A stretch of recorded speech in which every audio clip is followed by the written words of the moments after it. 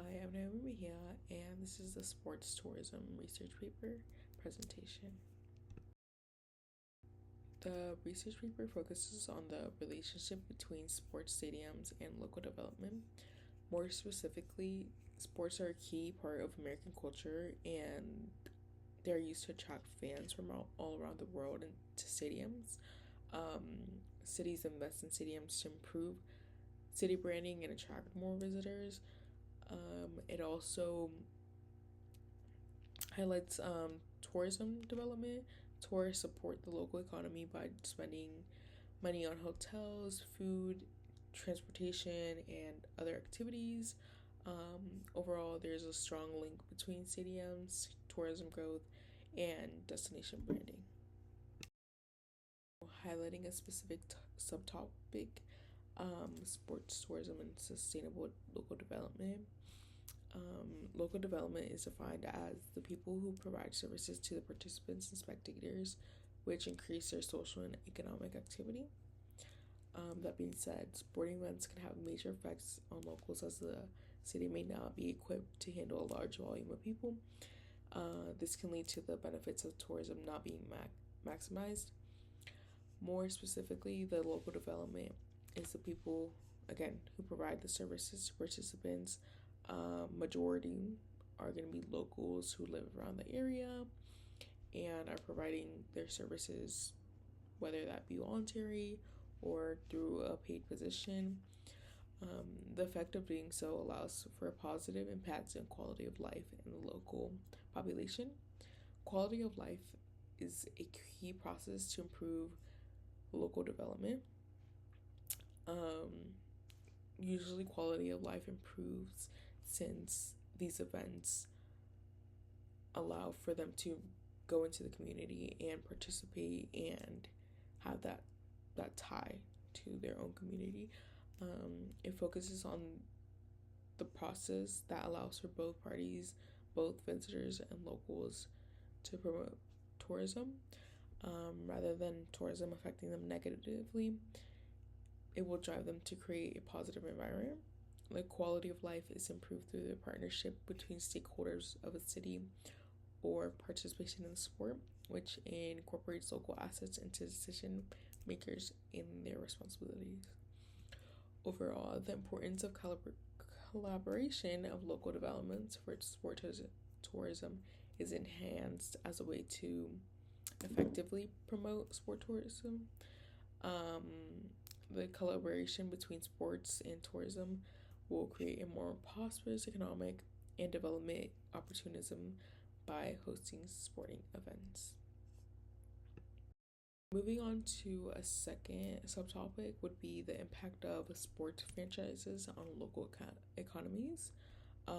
Here I'm going to be focusing on a study by Bradbury et al. Bradbury examined the economic and social effects of professional sports franchises on host cities. This article highlights the negative aspects of sports stadiums or franchises, contrary to popular belief. The article highlighted how stadiums do not produce the economic development that is expected of them. There's a common misconception that building new stadiums and creating these new buildings will bring in people, will bring in tourists, will bring in visitors. However, that is not the case in majority of the stadiums, and a lot of investments are made into them, and revenue is not offsetting the amount of money poured into them.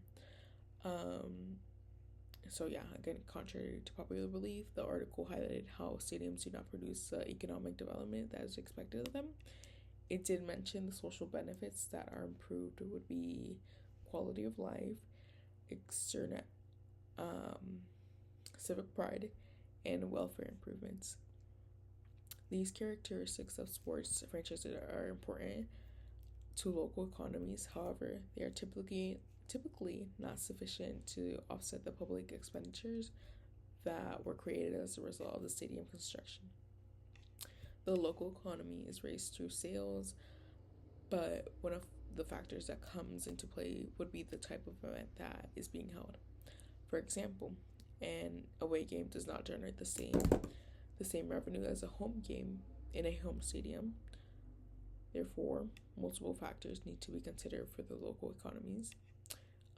Overall, the study considers both the negative and positive impacts of sports franchises on local economies, which is determined by a cost benefit analysis and a case by case situation.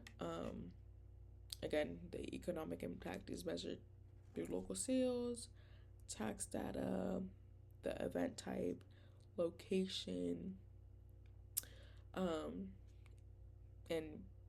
in reality, if a game is a home game and there's a stadium in the home location, that will bring in the most revenue and tourists and other locals. So my third subtopic would be tourism statistics for stadiums. Here I will be presenting specific examples, one being here in Tampa and the other being in Orlando. But they are well-known places that fit the research topic about relationship between sports stadiums and local tourism. So a prime example of the relationship between sports stadiums and local tourism would be stadiums that are near our primary location, as I stated. For example, here in Tampa, that would be the Tropicana Field, which is home to the Tampa Bay Rays. There are many statistics surrounding this stadium, including talking about creating a new ballpark in order to bring in those tourists. The statistics I'm providing are focused on the St. Petersburg area and determine to which extent the field boosts tourism and economic growth. The St. Petersburg, although is known for Tampa Bay Rays, the Tampa Bay Rays baseball does not receive much traction. The economic impact of such games is relatively low. The article highlighted a percentage that only 4% of the 4,977 tourists surveyed attended a Rays game or went to Tropicana Field during their visit. Although there's currently no positive economic impact that the field affords to local development, the St. Petersburg Council is continuing to pour money into it.